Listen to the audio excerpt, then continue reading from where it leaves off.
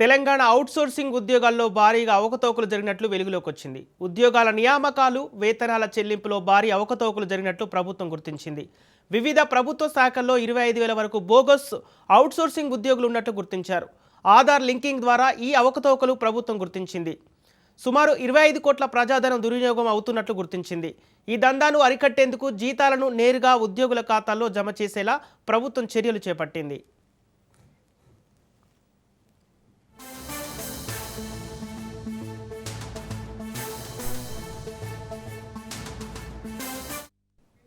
రాష్ట్రంలో సుమారు 900 అవుట్సోర్సింగ్ ఏజెన్సీలు పనిచేస్తున్నాయి. 900 ఏజెన్సీలు అవకతవకల్లో పాత్ర ఉన్నట్లు అనుమానం ఉంది. నిజమైన ఉద్యోగుల వేతనాల నుంచి కూడా ప్రతి నెల సుమారు 5,000 వరకు కమిషన్ వసూలు చేస్తున్నట్లు ఉద్యోగ సంఘాలు ఆరోపిస్తున్నాయి. ఈ వ్యవహారంపై సీఎం రేవంత్ రెడ్డి సమగ్ర విచారణకు ఆదేశించారు. ప్రతి శాఖలో పేరోల్ రికార్డులను కలెక్టర్లు వ్యక్తిగతంగా పరిశీలించాలని ప్రభుత్వం ఆదేశించింది. ఉద్యోగుల వివరాలు IFMIS పోర్టల్లో అప్లోడ్ చేయనని శాఖలకు వేతనాల చెల్లింపులు నిలిపివేయాలని ఆర్థిక శాఖ నిర్ణయం తీసుకుంది. నిబంధనలకు విరుద్ధంగా అవుట్సోర్సింగ్ ఉద్యోగులను రెగ్యులైజ్ చేయడం సాధ్యం కాదని ప్రభుత్వం స్పష్టం చేసింది.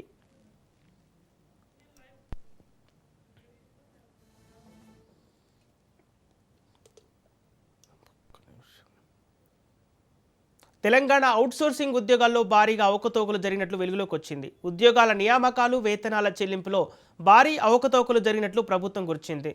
వివిధ ప్రభుత్వ శాఖల్లో 25,000 వరకు బోగస్ అవుట్సోర్సింగ్ ఉద్యోగులు ఉన్నట్లు గుర్తించారు.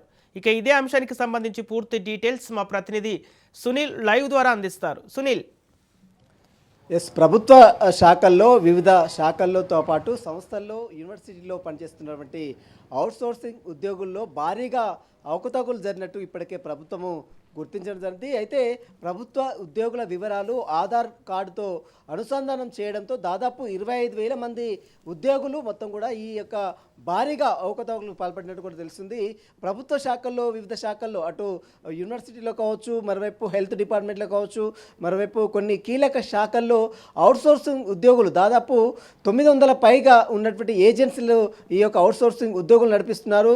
15,000 నుంచి 25,000 మంది ఉద్యోగులు లేకుండా ఉన్నట్లు గుర్తించి వారి దగ్గర నుంచి జీతభత్యాలు అధికారులే దాదాపు అక్కడ ఉన్నటువంటి విద్యాశాఖలో ఉన్నటువంటి ప్రిన్సిపల్ కావచ్చు, హెల్త్ శాఖలో ఉన్నటువంటి డిఎంలు, జిఎంలు కావచ్చు, మరోవైపు వివిధ శాఖల్లో పనిచేస్తున్నటువంటి అధికారులే వారి దగ్గర నుంచి డబ్బులు వసూలు చేస్తున్నారు. దాదాపు ఒకరి కాదు దగ్గర ఏకంగా 700 మంది అధికారులే వారి దగ్గర నుంచి జీతభత్యాలు పొందుతున్నట్లు కూడా ఇప్పటికే ఆడిట్ రిపోర్ట్లో కూడా పూర్తిగా బహిర్గతం కావడం. ఇప్పటికే ముఖ్యమంత్రి రేవంత్ రెడ్డి పూర్తిగా ఇంటిగ్రేటెడ్ ఫైనాన్షియల్ మేనేజ్మెంట్ సిస్టమ్ ద్వారా మొత్తం పూర్తి వివరాలు కూడా పొందుపరచుకోవడం జరిగింది. ఇందులో భాగంగానే ఆధార్ కార్డుతో ఎప్పుడైతే ఉద్యోగ వివరాలు లింకప్ చేశారో ఆ లింకప్లో అనేక వివరాలు కూడా బయటపడింది. ఇందులో చాలా వరకు ప్రభుత్వం నుంచి దాదాపు ఏకంగా కోట్ల రూపాయలు డబ్బులు మొత్తం కూడా వీరు తీసుకున్నట్లు కూడా ఇప్పటికే కొన్ని ఎవిడెన్స్ కూడా ఇప్పటికే రిపోర్ట్ కూడా రావడం జరిగింది. ఆ రిపోర్ట్ మొత్తం కూడా ఇప్పటికే ఆర్థిక శాఖ దగ్గర ఉంది.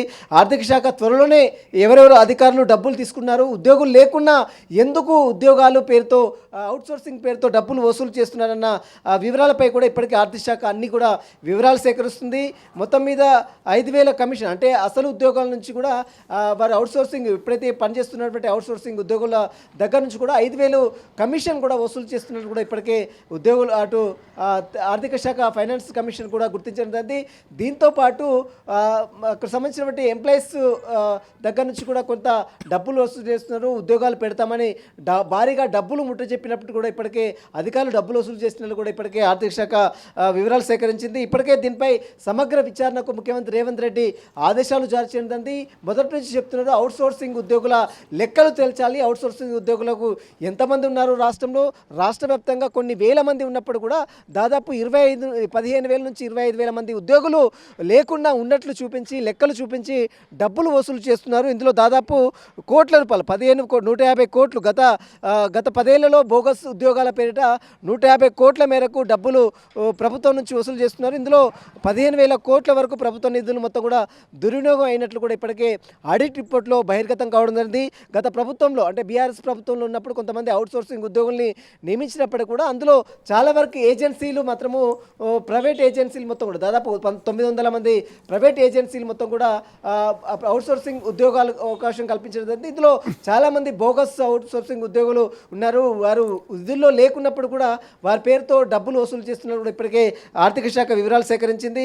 ఇక నిబంధనలకు విరుద్ధంగా అవుట్సోర్సింగ్ ఉద్యోగాలను రెగ్యులేట్ చేయడం సాధ్యం కాదని ఇప్పటికే రాష్ట్ర ప్రభుత్వం కూడా ఒక డిసిజన్ కూడా వచ్చింది. కాబట్టి ఈరోజు వచ్చినటువంటి ఆడిట్ రిపోర్ట్ మొత్తం నివేదిక మొత్తం కూడా ఇప్పటికే ప్రభుత్వం పరిశీలిస్తుంది. ఇప్పటికే అవుట్సోర్సింగ్ ఉద్యోగులకు వెళ్తున్నటువంటి జీతభత్యాలు మొత్తం కూడా ఇప్పటికే ఫైనాన్స్ కమిషన్ మొత్తం కూడా నిలిపివేయడం జరిగింది. పూర్తి వివరాలన్నీ కూడా సేకరించిన తర్వాత ఎవరెవరు డబ్బులు వసూలు చేస్తున్నారు, ఎవరెవరు నిబంధనలకు విరుద్ధంగా ఉద్యోగాలు లేకున్నా కూడా అంటే ఎంప్లాయీస్ లేకున్నప్పటికీ కూడా ఎవరెవరు డబ్బులు వారి దగ్గర నుంచి వసూలు చేస్తున్నారు.